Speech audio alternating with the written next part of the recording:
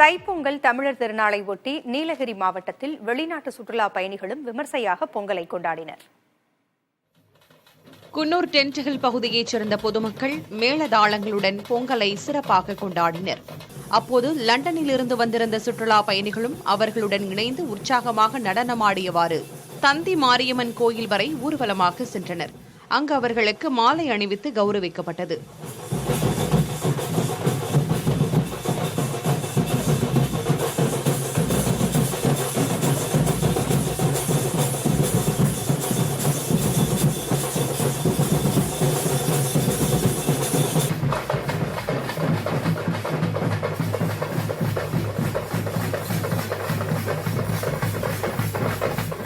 இதேபோல உதகை அரசு தாவரவியல் பூங்காவில் சுற்றுலா பயணிகளுடன் இணைந்து மாவட்ட நிர்வாகம் நடத்திய சமத்துவ பொங்கல் விழாவில் மாவட்ட ஆட்சியர் லட்சுமி பவ்யா தண்ணீரு பங்கேற்று உரையடித்து நிகழ்ச்சியை துவக்கி வைத்தார்.